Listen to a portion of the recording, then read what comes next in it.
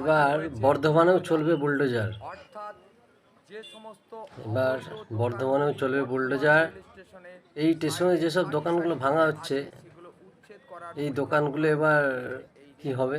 দোকানগুলো তো ভেঙে দিচ্ছে। এবার এই দোকানের যে মানুষগুলো দোকানগুলো চালাতো, সেই মানুষগুলো এবার কী করে তার বাড়ির সংসার চলবে?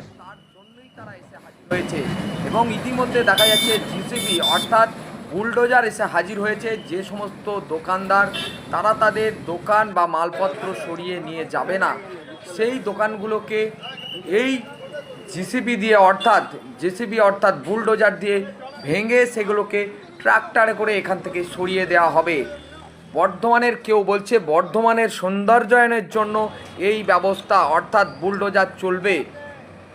আমরা এর আগে যোগীরাজ্য বা বিভিন্ন জায়গায় এই বুলডোজার তথ্য শুনেছি, কিন্তু বর্তমানে এখন দেখা যাচ্ছে এই বর্ধমান শহরে বুলডোজার এসে হাজির হয়েছে বর্ধমান রেল স্টেশনে।